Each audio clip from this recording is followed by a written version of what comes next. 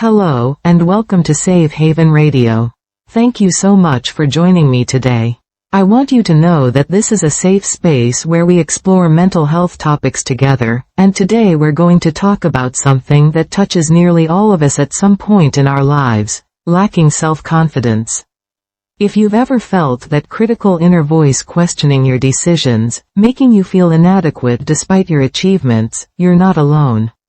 Many of you may have similar experiences, and that's exactly why we're here together today. I chose this topic because recent research has revealed groundbreaking insights into how self-confidence operates at the neurological level. We now understand that confidence isn't something you're simply born with or without, it's actually a skill that can be developed through specific brain training techniques.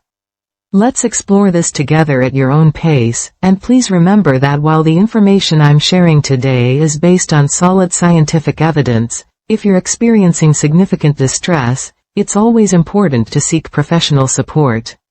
Take your time with everything we discuss today. There's no rush, and small steps are perfectly fine. Now, let's look at what the latest scientific research tells us about self-confidence and how our brains process it. A longitudinal study published in a leading scientific journal in 2024 found something remarkable. Higher levels of metacognitive self-awareness are directly associated with improved self-regulation, greater self-efficacy, and stronger hope for success. What does this mean in practical terms? It means that when we become more aware of our own thinking patterns, we literally change how our brain functions in relation to confidence. Research teams analyzing brain imaging data have discovered that confidence involves specific neural networks in the prefrontal cortex, the part of your brain responsible for uncertainty processing and self-evaluation. Multiple research institutions conducting meta-analyses throughout 2023 and 2024 demonstrated that self-compassion interventions correlate positively with life satisfaction. In fact, they found an average correlation of 0.44, which in statistical terms is quite significant. This research showed that being kind to yourself isn't just feel-good advice, it creates measurable changes in your brain. Neuroscience studies reveal something even more fascinating: mindfulness-based interventions actually induce neuroplasticity. This means they help your brain form new neural connections. These interventions increase cortical thickness, reduce amygdala reactivity, that's the fear center of your brain, and improve overall brain connectivity. This leads to enhanced emotional regulation and stress resilience. Current research suggests that regular practice creates structural changes in three key brain networks: the executive control network, the default mode network, and the salience network. There's still much we don't understand about the full scope of these changes, but what we do know is incredibly promising.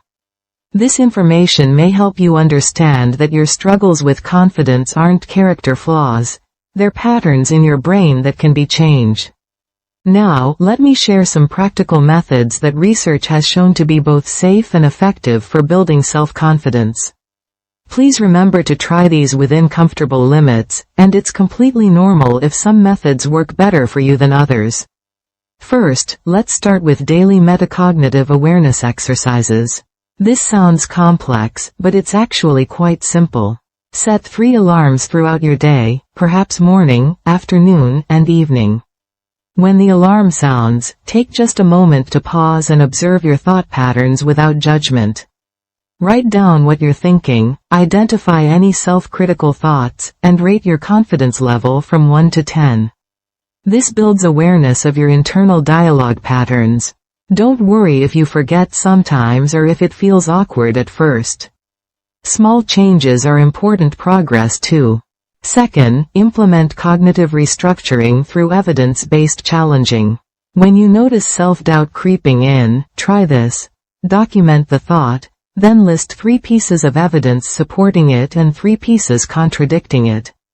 Research shows this balanced evaluation reduces cognitive distortions by engaging your prefrontal cortex's rational processing centers. Practice this for just 5 minutes each morning and evening.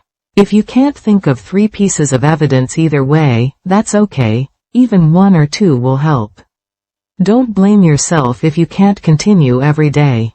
The key is to return to the practice when you can. Third, engage in graduated behavioral experiments. Start with low-risk confidence challenges. For example, make small decisions without seeking reassurance from others, like choosing what to have for lunch without asking someone else's opinion. Progress weekly by increasing complexity. Maybe next week you share an idea in a casual conversation, and eventually work up to presenting ideas in meetings. Studies show this systematic approach builds self-efficacy through accumulated success experiences. Remember, failure and setbacks are natural parts of this process. They don't mean you're not making progress. Fourth, practice self-compassion meditation for 10 minutes daily. Focus on treating yourself with the same kindness you'd offer a dear friend. Research demonstrates this reduces amygdala activation and increases activity in brain regions associated with emotional regulation. You can use guided meditations that focus on common humanity and mindful awareness. If 10 minutes feels too long, start with 5. If you miss a day or a week, that's perfectly fine. Just gently return to the practice when you're ready. Fifth, create implementation intentions for confidence behaviors. Write down specific if-then statements like, when I feel self-doubt, I will take 3 deep breaths and recall a past success. Studies show this if-then planning increases follow-through by 70%. Review these intentions each morning to strengthen neural pathways. You might keep them on a note by your bedside or on your phone. Choose what works best for you. If you notice your symptoms worsening or if you're experiencing significant distress, please consult a professional. These techniques are meant to support you, not replace professional help when it's needed.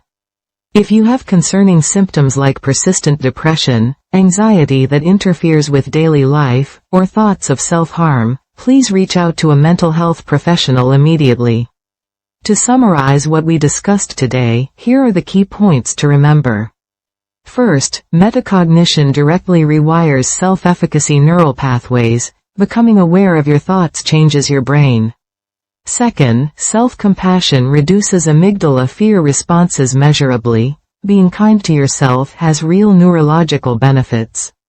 Third, behavioral experiments build confidence through success accumulation. Small wins add up to big changes. Fourth, cognitive restructuring literally changes brain connectivity patterns. Challenging your thoughts reshapes your neural networks. Fifth, daily awareness practice strengthens prefrontal cortex regulation. Consistent observation of your thoughts builds mental strength. And sixth, implementation intentions increase confidence behaviors by 70%. Planning your responses ahead of time makes them more likely to happen. Take your time with these practices.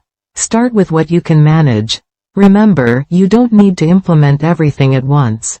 Even trying one technique is a meaningful step forward. Your brain's neuroplasticity means that confidence can be systematically developed through these evidence-based techniques. Change takes time, and that's completely normal. You have value exactly as you are right now, even as you work toward feeling more confident. You can reshape your neural networks starting today with simple awareness exercises. Your life can transform as you build genuine self-belief through consistent practice of these scientifically proven methods.